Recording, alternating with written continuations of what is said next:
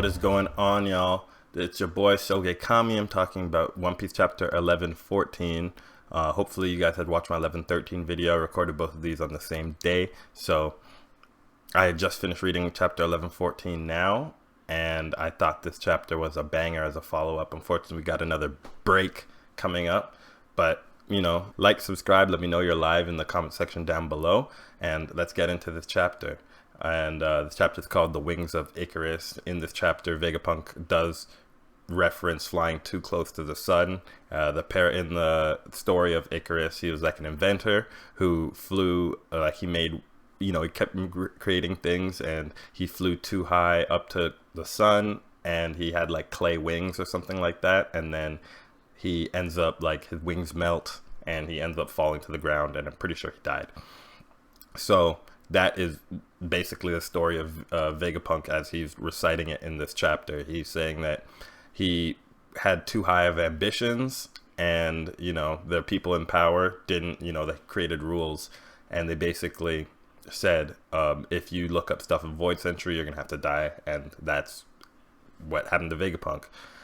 We do talk about in the last chapter, he talks about his two biggest sins, and I think we can assume that I was right when I said that his biggest sins were creating the Mother Flame and looking up Ohara.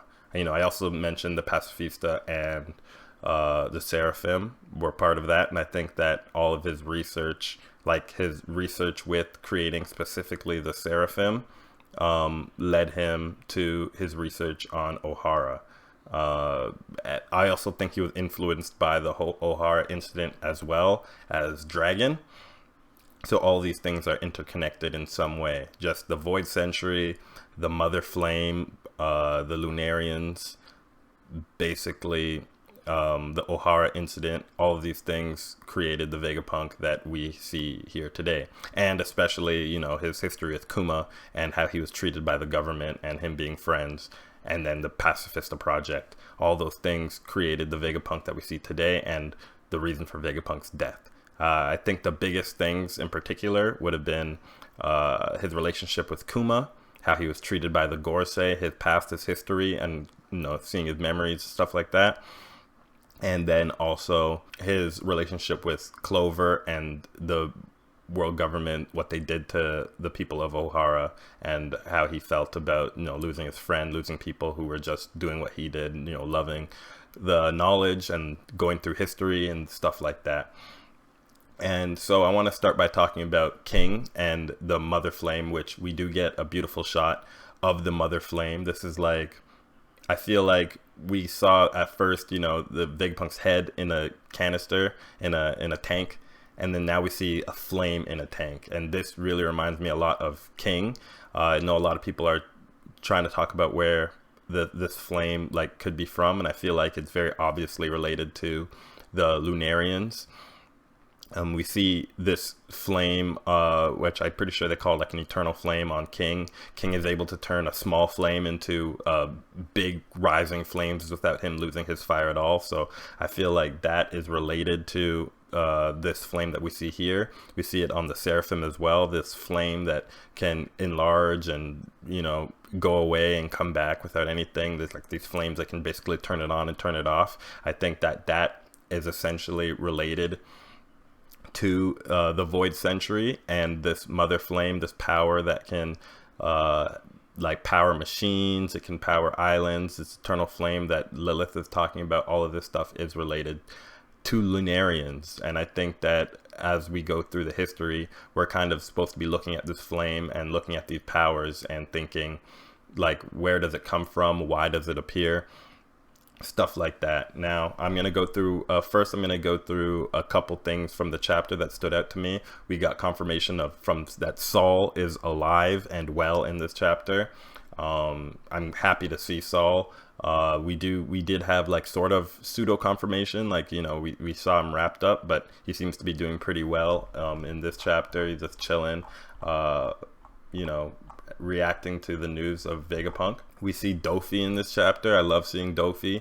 I think that just like Dofi is a character who reminds me a lot of NL. And I think that Dofi, if like it's possible we don't see Enel come back, but something's gonna happen with Dofi very soon.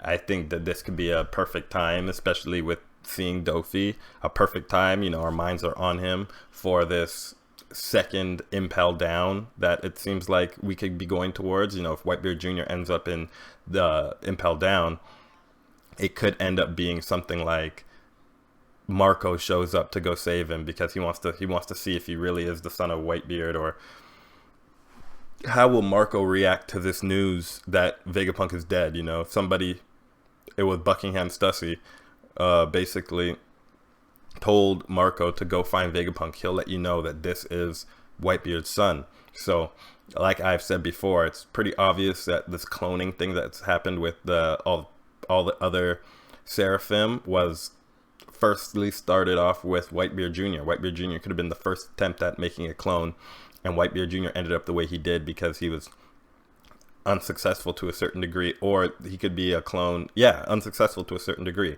and that is how he still ended up with Whitebeard's power, that kind of thing. And we do, like, for me, I assume that Whitebeard could have been a Buccaneer because Whitebeard is huge, and you know, those other factors. And it seems that the people who well, at the same time, there are a lot of people who live in Wano who aren't giants, but the people who live in Wano, like Kinemon is huge. You know, Odin was huge, but Momonosuke's not huge.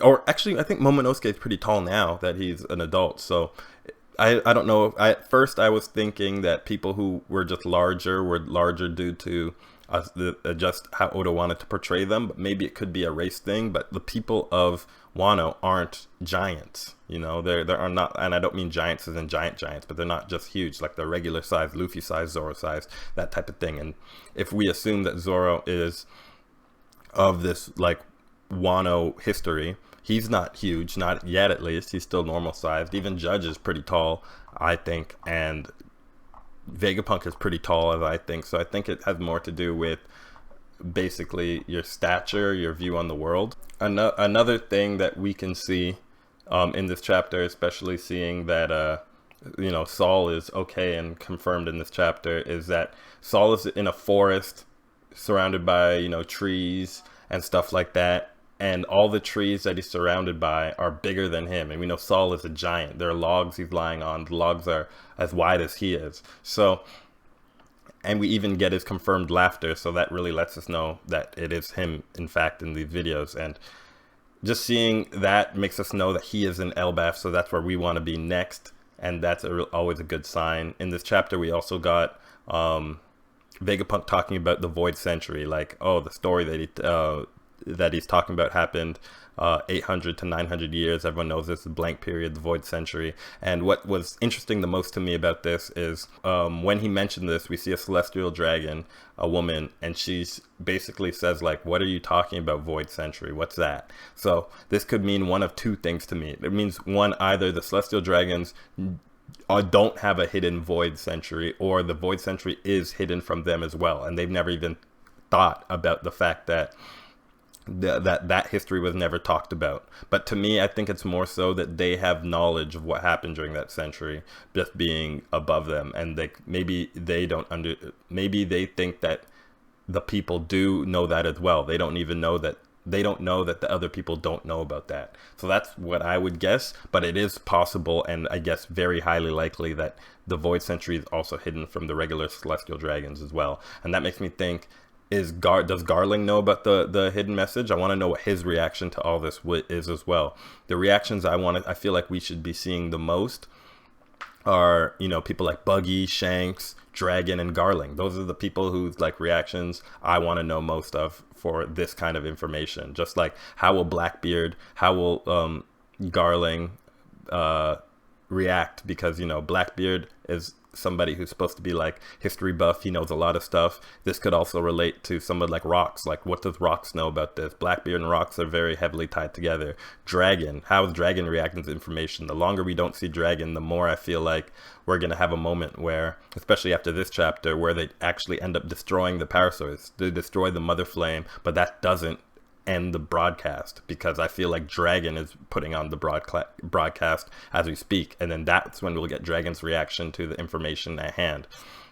Garling, How is Garling gonna react to this information as well? Like, does Garling know anything about the Void Century and Shanks? You know, basically Roger told Shanks something that Roger knew about Joy Boy. This information that Roger or that Vegapunk is transmitting, Roger knows all of it. So what is it that Shank, like, is this information going to make us cry? Is it going to make us laugh? Like, what could it be? Like, are we close? I don't know. I feel like knowing that Joy Boy, his name is Joy Boy, some of this information could be happy news. But from a previous chapter, we know that the information that comes out of this event is going to shock the world. So is this the part of the world that's getting shocked? Is it that the world's going to be underwater? Is that seems like pretty shocking news, but I feel like this story has something else to it that's going to shock us even further than the world being sunk underwater.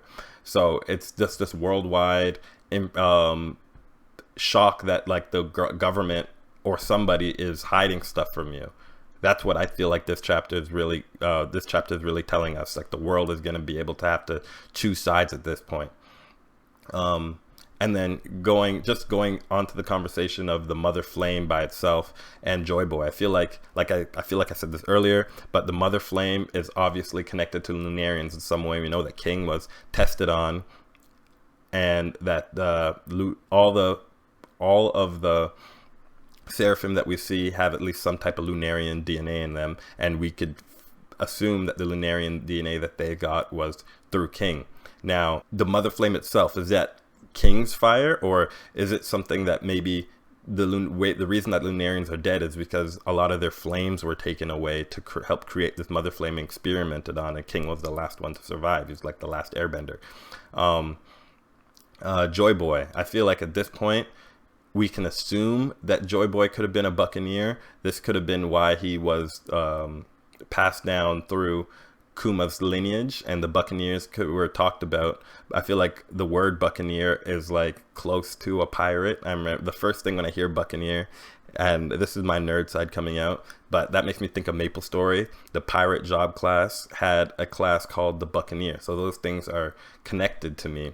And the Buccaneers are a race in One Piece, and Joy Boy was the first pirate. So I wonder if those things are connected in that way. Like, it wasn't a surprise to me that Joy Boy was the first pirate because he was a Buccaneer. That made sense to me already from beforehand. So I feel like Joy Boy is probably a Buccaneer based on that connection I had. And then we have this giant hat, right?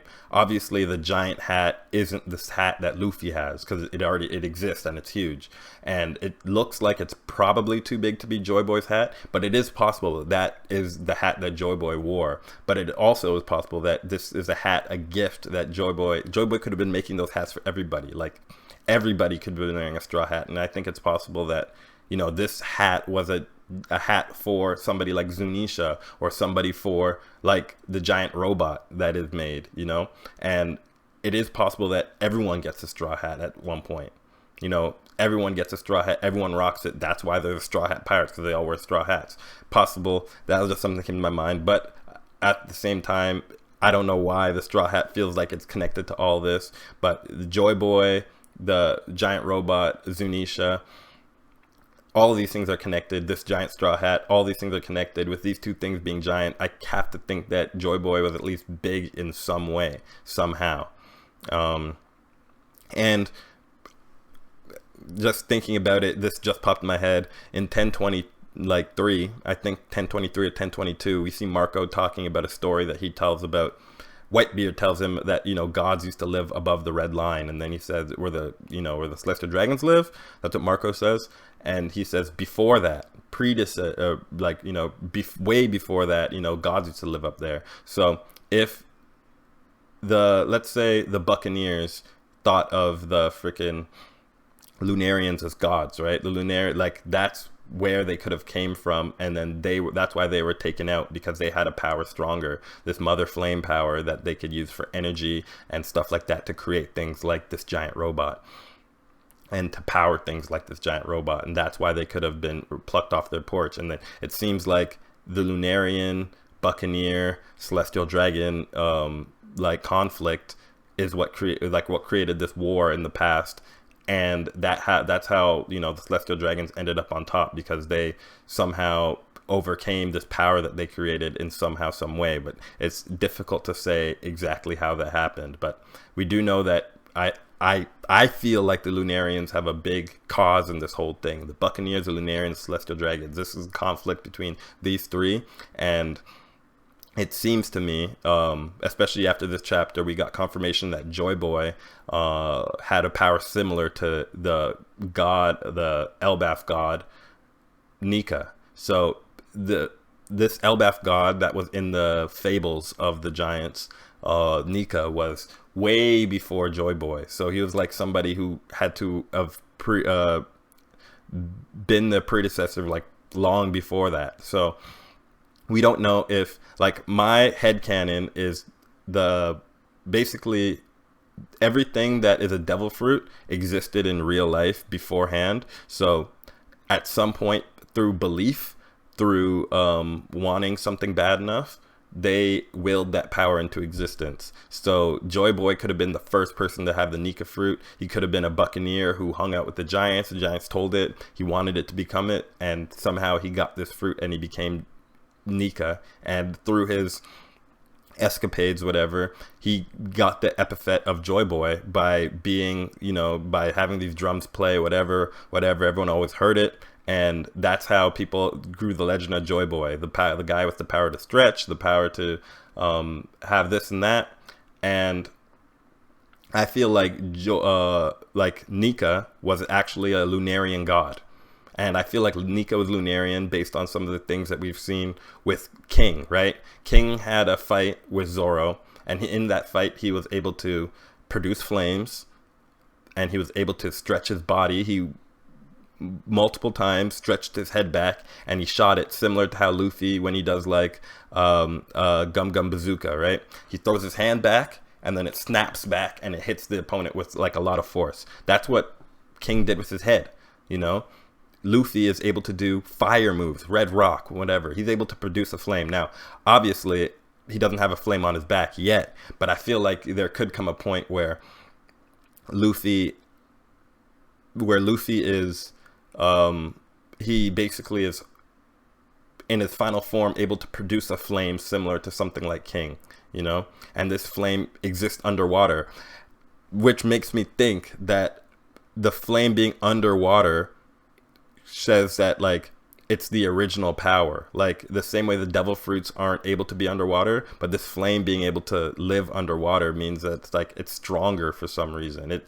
It can't, it's not like a normal, it's obviously not a normal flame. It can't just be a fire. It has to have some other different Lunarian properties to it. So anyway, I do think that it is possible that Luffy has this power because he is like, he has the power of this Lunarian god, basically. And it is also possible that it's not all Lunarians who had this power. This could have been like the original Lunarians, and as time went, the powers drifted and changed a little bit. And that's why, you know, you only saw King do the stretching with just a part of his body. They probably didn't want to, Oda probably didn't want to drill into your head that King is this more, has this more sense of closeness to the Nika fruit than right now, but he definitely wanted to drop a hint. And I feel like we got that hint. Even with like Gum Gum Bell, an attack Luffy did on Kuro, right? He threw his head back and he slapped Kuro with the front of his head. So yeah, I definitely see the importance of what he's saying here.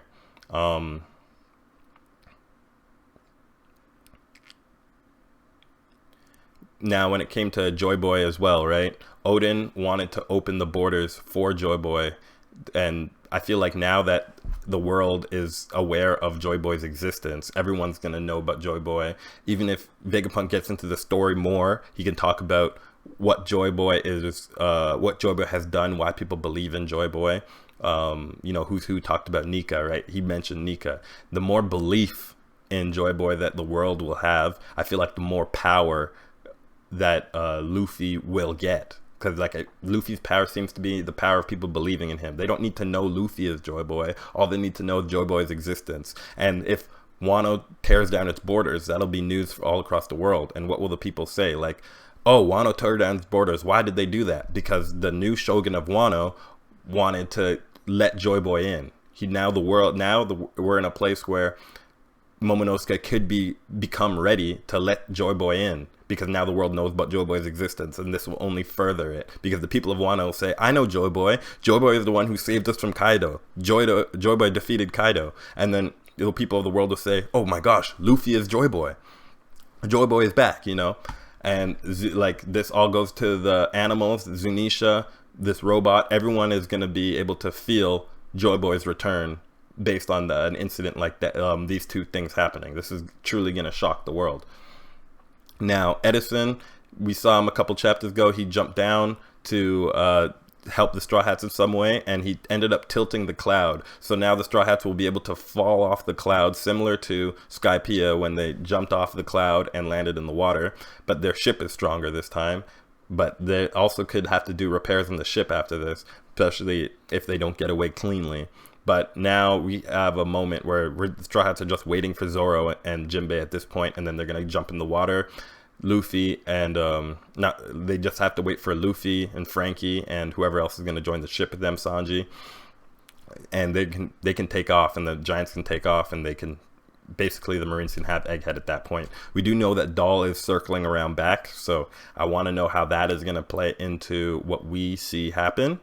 But at the same time, we have the 4 Vegapunks left: Atlas, York, Lilith, and Edison. I feel like Edison is cooked now. He's in the middle of the war. I don't know if he knows how to get out or if he's fast enough to get out. I feel like Lilith can survive. You know, in this chapter we saw Saturn. She kind of left Lilith alone, so that is a good thing for her, I guess. And I feel like Atlas is going to get cooked. I feel like Atlas is going to get cooked really soon. And so the end of this chapter, we see basically Luffy is in Gear 5 again. He tries to punch one of the Gorosei members, the pig. I don't remember his name. And that still doesn't work. I think this is Jupiter. And yeah, that still doesn't work. So, and then after that, you know, Luffy does the same pose that he did before. It's his hand burning. So I don't know if before, I think I had the wrong impression. I think a lot of people said that was just pain, but to me it looked like his hand was actually on fire. So I don't know if that's like a fire power or fire defense that he's using, but even a Haki Gear 5th punch didn't do anything to him, even though he used Gear 4 or Gear 3 before. Or Gear, I think it was even Gear 4. I don't even remember at the top of my mind. But I like the way that the freaking Giants just laugh, because they just like, they laugh off everything, and Luffy laughs off everything. They play off each other well, and then the chapter ends with the reveal that Joy Boy was the first pirate. And yeah, I just really want to know what that means. Like, why did Joy Boy become a pirate? What was it that Joy Boy wanted to find adventure from? What was his world like? And I don't know. I hope that we don't get exactly everything about Joy Boy. I hope we get a little bit, like a small teaser, maybe like a silhouette. I just want to know if Joy Boy is huge or like normal sized. I want to see him compared to somebody he's talking to. I want to know how this relates to Nefertari Lily. She is also somebody who is important in this whole story. I feel like Joy Boy and Lily were best friends potentially, and I feel like we're really at the end game of not even just Egghead, of One Piece in general. Like, One Piece is really ending soon. We're getting a lot of answers, we're getting a lot of new questions, but once these questions are answered, there's not going to be much questions left, you know. That by the end we'll figure out exactly what the devil fruits do, why they do it, how it connects to everything, how all the little hints that Oda's been leaving along the way. And I think it's going to be beautiful. I'm down for the ride, and I've loved most of One Piece so far. I feel like One Piece is the type of media that once you go through something one time, it doesn't go how you expect, and then as you learn new information, you're like, oh, that was pretty good. Like Punk Hazard is something that I didn't like originally, but I feel like Punk Hazard, when I'm looking into it, there are just a lot of great moments in Punk Hazard between the switching of the bodies and stuff like that. But anyway, that's besides the point. This chapter of One Piece did a really great job of kind of aligning our thoughts a certain way. We see a lot of characters, and we see all the moving parts of One Piece coming together. We still haven't seen, there's still people's reactions we still haven't seen yet. We're still waiting to see. I want to know if the people in Wano are looking at this situation. I want to know if other parts of Impel Down. If Marco's hearing this, like I said, I want to know Shanks, Dragon, Garling. I want to know if somehow NL is able to hear this somewhere, wherever he is. I want to know if Arlong is seeing this, because if you even think about this, right, the fishmen have this a lot of fishmen have this vendetta against humans, right? So if they know that the world is going to go underwater, a lot of fishmen can, you know, start preparing and start like being like, yeah, we're not going to save the people. We're going to use this moment to get revenge on the people. Because the fishmen will be okay. They have an advantage. So I want to know what these people are all thinking and where they are and if they're important. I feel like if we haven't seen them, if we don't see them before this flashback, especially someone like Buggy, Mihawk, if we don't see them before the flashback, they're not super duper important towards the end of the story. Like, I feel like we are at a point where everything is being put into perspective. I really want to see Kureha's reaction to this, because Kureha's somebody who had knowledge. She knew about the D. Like, well, I want to know how she's going to react to this. I want to know, we saw Aokiji, but Kuzan, but I really want to know if we see someone like Garp. I want to know Kobe's reaction. I want to know Sabo's reaction. So this is like a great chapter for showing us that, and now we have to wait a little bit for 11:15. It's going to be 2 weeks, but by the time we get it, it'll be a good time for sure. So thank you for watching this video all the way through. This was a lot longer than I thought it was going to be, but please, please, please let me know what you think. Like, subscribe, let me know you're live in the comments below. Sogekami out.